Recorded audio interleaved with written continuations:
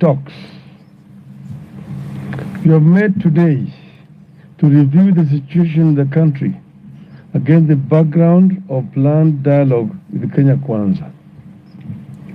The meeting also took place against the background of a running somber mood across different parts of the country, occasioned by police brutality.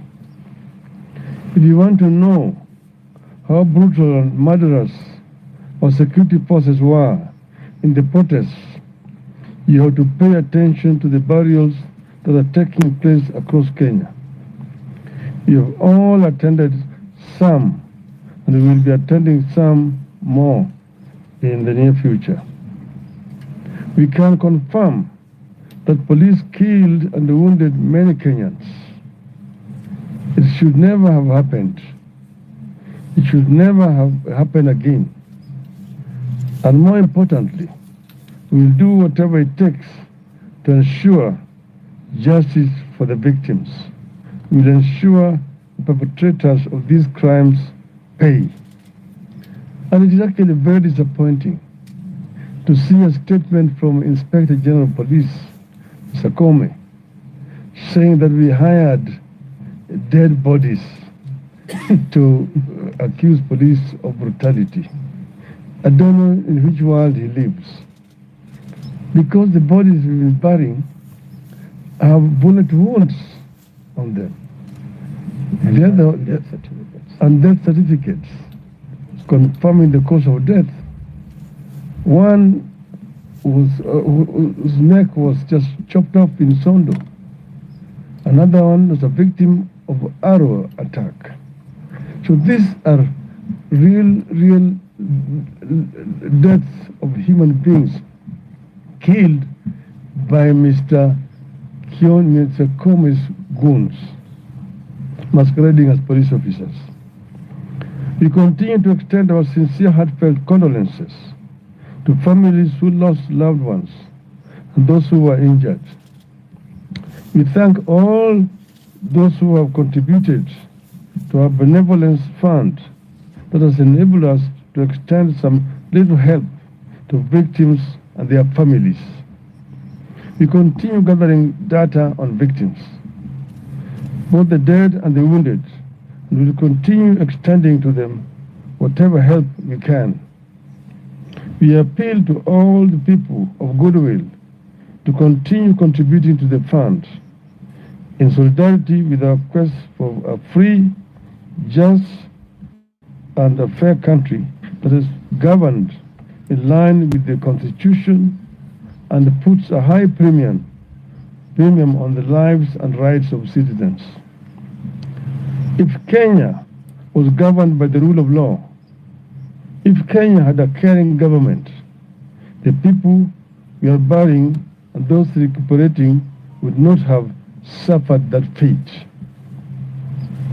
Regarding the planned talks with Kenya Kwanza, we are here to announce that we are ready.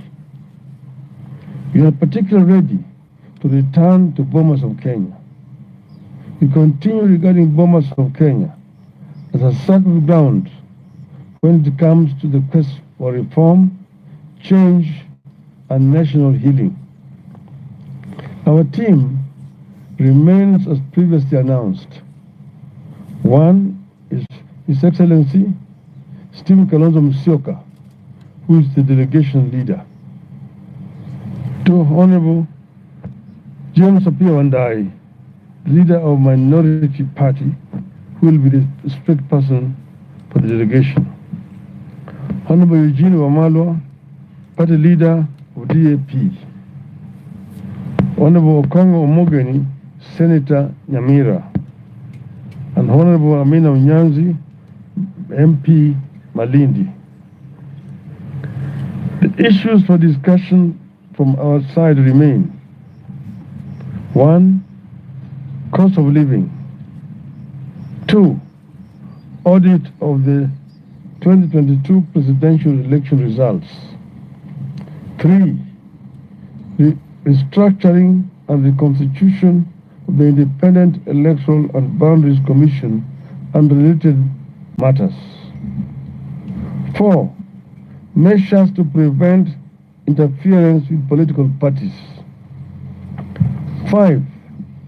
Outstanding constitutional matters, that is, governance issues, adequate checks and balances, and the question of boundaries delimitation.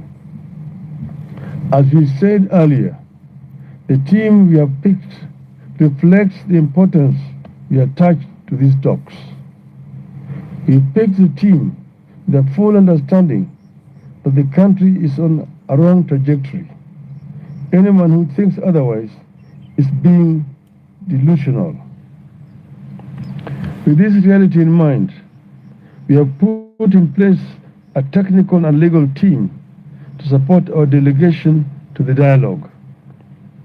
Consequently, we have settled on Honorable Jeremiah Kioni, the Secretary General of the Jubilee Party, to head the legal and technical team to the talks. We have tasked our delegation and our technical teams under the able leadership of His Excellency Kalonzo and Kioni to go to these talks with the courage of and open minds. It takes courage and open minds to establish common ground in situations of dispute. We have told our delegation, and we want all Kenyans to understand, that engaging in honest dialogue does not amount to surrender or cowardice. We must see it as an act of strength and a matter of common sense. We remain committed to negotiating in good faith on the basis of a plan to achieve a comprehensive settlement of the country's problems through dialogue. We stand for transparent, above board, and speedy talks guided by decorum, honesty, and respect for the people of Kenya.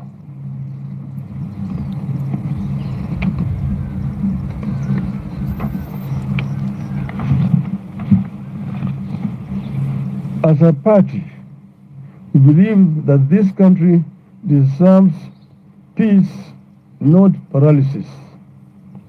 That is why we have stood down our protests to give dialogue and peace a chance. We appeal to Kenya Kwanza that vitriol must now end because it won't work. Propaganda must now end because it has not solved our problems this past year, and it won't in the coming year. Our people and the whole world are watching us, and we encourage them to watch us and to hold us to account. Finally, I wish to thank the team that was led by Honorable Otiende Amolo for what they did in representing Azimio in those talks that collapsed. They have agreed to remain as a backup to the team that we have just selected here today. And we thank them for the showing solidarity, courage in representing Azimio in those talks. Very finally, I want to reiterate once again here, Azimio is not interested in handshake. We don't want to shake anybody's hands, particularly those people whose hands are tainted with the blood of innocent Kenyans. But we have agreed to negotiate in good faith, as we have mentioned, so that we can be able to move our country from where it is today to a peace, so that justice can finally be our shield and defender. Thank you. Well done. Thank you very much. I think they're okay. Okay?